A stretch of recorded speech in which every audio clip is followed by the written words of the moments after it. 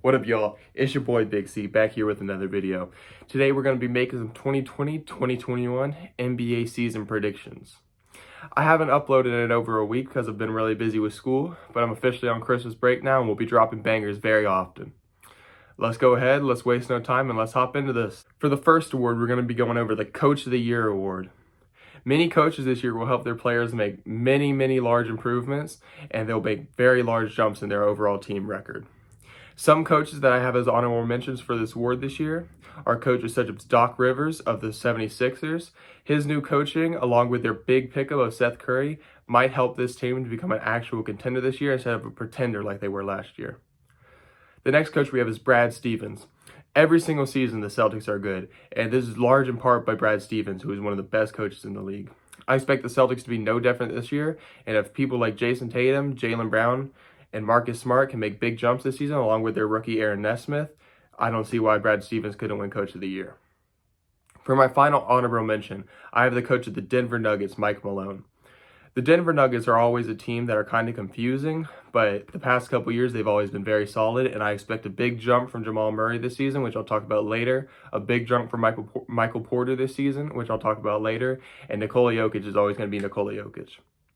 But my official winner for the award, I have the coach of the Dallas Mavericks, Rick Carlisle. I expect Luka to have a phenomenal season this year, along with a great season for Kristaps Porzingis. I expect them to be around a top 4 seed in the Western Conference this year, and I think Rick Carlisle will take the Coach of the Year award home this year. The next award we're going to talk about is the Most Improved Player award. This award goes to the player that makes the biggest jump from last season to this season. There are several players whose team situation and overall improvement will lead to them having a great chance to take home this award this year. The first player that I think has a great chance to take home the award is Shai Gilgeous-Alexander of the Oklahoma City Thunder. After trading Chris Paul, Steven Adams, and Dennis Schroeder, Shai Gilgeous-Alexander has the keys to the Oklahoma City Thunder's team. It would not surprise me if he averaged near 27 points per game this season, along with a good amount of assists. And that jump from his amount last year could bring him home the award. My next honorable mention, as I talked about earlier, is Michael Porter Jr. of the Denver Nuggets. Last year, he didn't play much because of injuries, but during the bubble, he played spectacular. Michael Porter Jr. showed the potential that he had coming out of high school. Michael Porter Jr. wouldn't surprise me if he averaged over around 17 points per game this season on the Nuggets behind Nikola Jokic and Jamal Murray, and he has a good chance to take home the award. And the final honorable mention I have for the Most Improved Player award is John Collins. John Collins has always shown the potential of a 20-10 player, and last season he showed that, but it would not surprise me if next to Trae Young's passing, along with the newly developed defense that they just acquired in Rondo and Chris Dunn, if he averaged near 23 points per game and gave himself a decent shot at winning the award this season. But my official pick for the Most Improved Player award has to be Jamal Murray. Last year in the bubble, he showed how spectacular a player he can be. When he's locked in and on his game, he can be a top 5 point guard in the NBA. I expect him to average around 25-ish points per game this season and to take home the Most Improved Player award. The next award we're going to talk about is the Sixth Man of the Year award.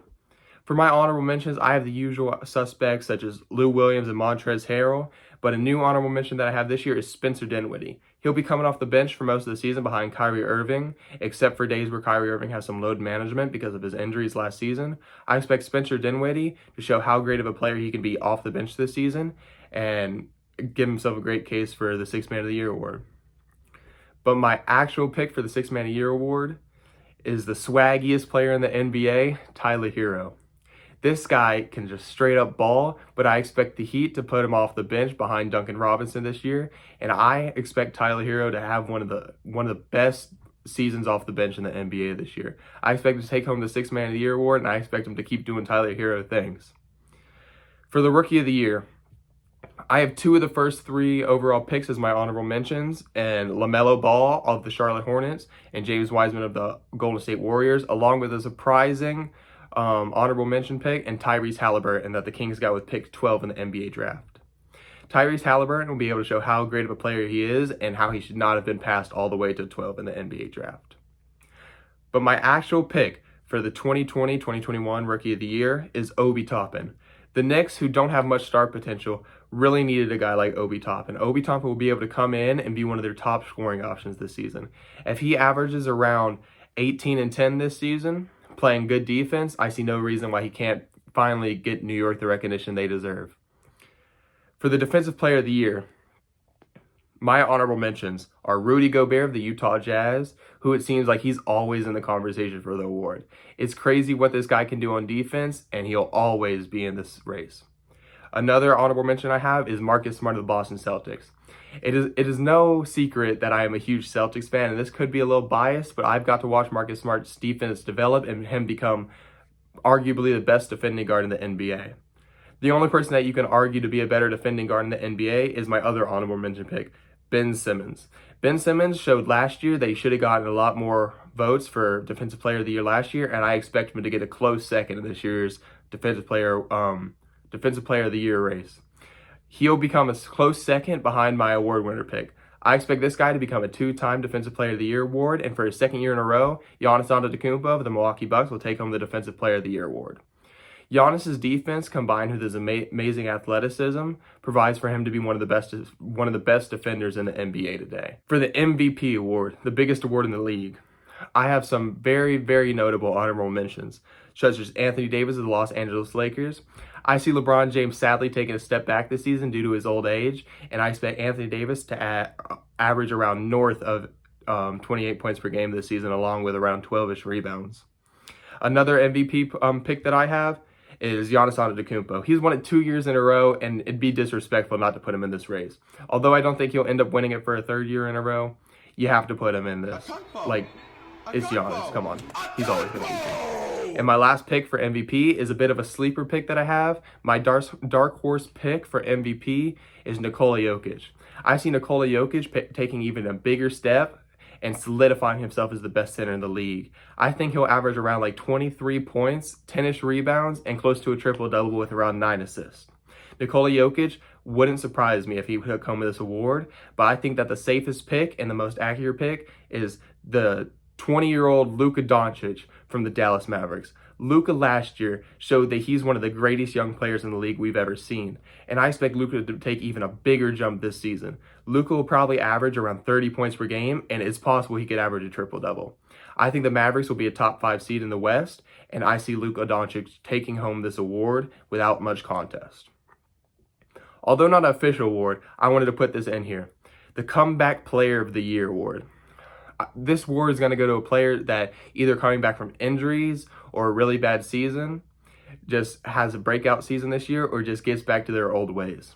My honorable mentions are players such as John Wall, who's finally coming back after 2 years off of injury, Demarcus Cousins, who has had major injuries in the past couple years and will be finally coming back on the Houston Rockets with his Kentucky teammate in college in 2010 draft companion John Wall.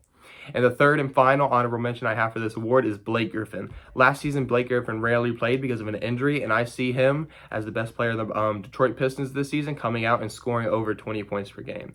But my obvious pick for the Comeback Player of the Year is it's nearly impossible to pick anybody else but Steph Curry. Last year, Steph Curry only played around 7 games because of a broken hand. And in those 7 games, he didn't play great. But this season, I expect him to have a spectacular season. And it wouldn't surprise me if he somehow ended up in the MVP race after a good season with the Golden State Warriors. My next award, another not official award, but the most surprising player of the season. I'm going to give this to the player that may not have the biggest expectations, but I think has the best chance to have a great season this year. One person I think will make a big jump from last year is Markelle Fultz of the Orlando Magic. When he was taken with the first overall pick in the 2017 NBA draft, people expected him to come in for the 76ers and be an instant superstar.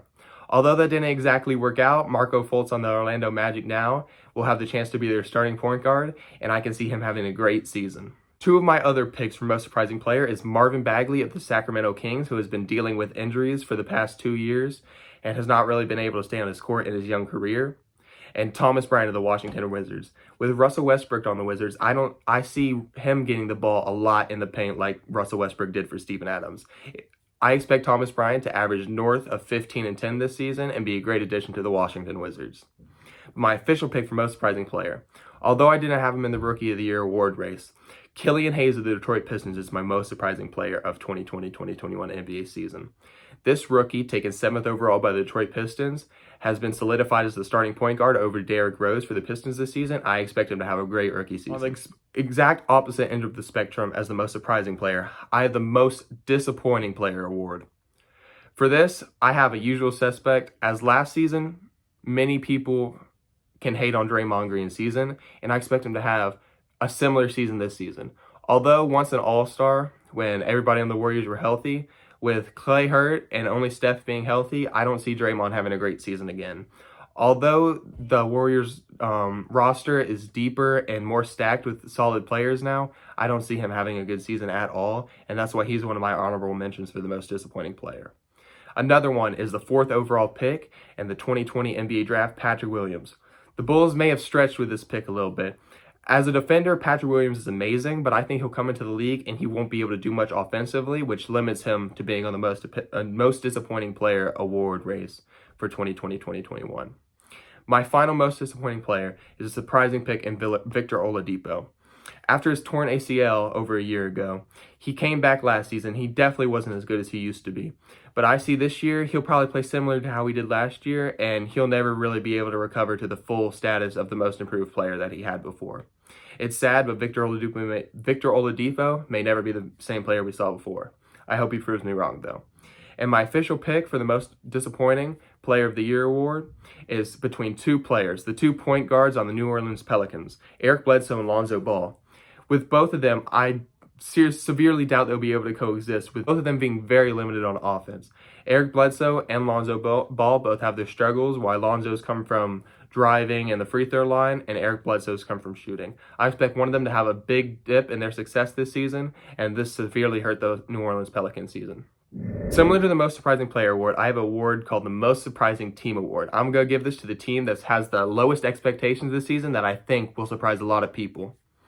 Some honorable mentions for this is the Hornets with their newly acquired additions of Gordon Hayward and Lamelo Ball. I think they'll be a solid team, and they might even squeeze into the playoffs. Don't be surprised if they end up gaining that 7th or 8th seed.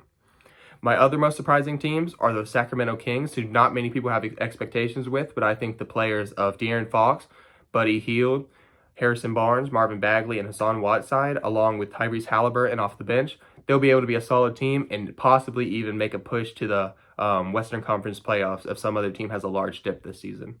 And my final team is the Washington Wizards. With their recent trade of John Wall and a first-round pick for Russell Westbrook and Beal will be a great duo together. I don't see a way that this team doesn't make a playoff, and I project them to be somewhere between the 6th and the 9th seed and end up making the playoffs within the playoff tournament next season. But my most surprising team of the 2020-21 NBA season is probably my favorite Western Conference team this year, in the Phoenix Suns. I've always loved Chris Paul and Devin Booker, and DeAndre Ayton is a blooming star that has my attention completely. I expect this team to end up making the playoffs with a top 6 seed in the West, although most people don't really expect them to make the playoffs. Chris Paul showed that his contract isn't as bad as people saw it was last season, and he solidified himself as a top 6 point guard in the NBA, along with Devin Booker, who led the Suns to 8-0 in the bubble, although they weren't able to make the playoffs. And the 2018 number 1 overall pick of DeAndre Ayton, along with Booker and CP3, will help to lead them to the playoffs next season. Similar to my most disappointing player award, I have the most disappointing team award. I'm going to give this to the team that has high expectations this season, but I see them falling off severely. The first 3 honorable mentions that I have are the Rockets, Raptors, and Warriors. The Rockets, after trading Russell Westbrook and Harden not really being locked into Houston anymore, I don't see a way they make the playoffs this year. They're a great team, and they haven't missed the playoffs in years. This team is not the same as they used to be. Harden doesn't seem like he wants to be there. Westbrook isn't there anymore, and who knows how John Wall will play this season coming off that huge injury. And who knows how Demarcus Cousins will play either. The only solidified stars that they have that will play really good this season are players like PJ Tucker, Christian Wood, and James Harden. The Raptors. This may be a questionable pick, and I still think they'll make the playoffs with a top 5 seed in the Eastern Conference, but I do not see them being the 2 seed like they have been recently. Kyle Lowry is getting older, and I think he'll regress heavily this season. And Pascal Siakam showed that he might not be as great as a player as we thought he was in the playoffs last season. With these two players, along with losing players like Marc Gasol and Serge Ibaka, I see this team taking a dip and maybe ending up as around the 5 seed in the Eastern Conference next season. And the Golden State Warriors, with the injury of Klay Thompson, can be easily explained as... Look at Curry, man. Can Curry carry this team to the playoffs? James Wiseman is a rookie. Kelly Oubre is basically there just because he's Kelly Oubre. And Andrew Wiggins doesn't really play any defense. And Draymond Green, who knows what Draymond Green is going to be this season. So can Steph Curry carry this team to the playoffs? As great as Steph Curry is and how Steph Curry is a top 15 player of all time, I don't know if this Warriors team will end up making the playoffs this season. And it's weird to say because when's the last time we've seen Steph Curry actually miss the playoffs? But my official pick for the most disappointing team of the 2020-2021 NBA season is the New Orleans Pelicans. Zion Williamson is probably the most hyped NBA player we've seen in decades. And ESPN even had the audacity to put him at 19 on their top 100 players list that was released yesterday. I just don't see this team being that great. I see Zion being a superstar in the league in no time. I expect him to be amazing this season, along with Brandon Ingram. But I don't see the depth around them, including players like Lonzo Ball and Eric Bledsoe, who might have questionable seasons, and Jackson Hayes is their center. I don't know how their team will do this center. Even though they have people like Steven Adams off their bench, I do not expect this team to be as great as everybody expects them to. Okay, so that's my 2020-2021 NBA season award predictions. I know this was a longer video than you guys are used to from me, but I had fun talking about this, and I hope you guys had fun listening to this. You can expect soon from me a 2020-2021 NBA season playoff predictions along with seeding for the teams and the playoff bracket. All right, this is your boy Big C, and we'll see you next time.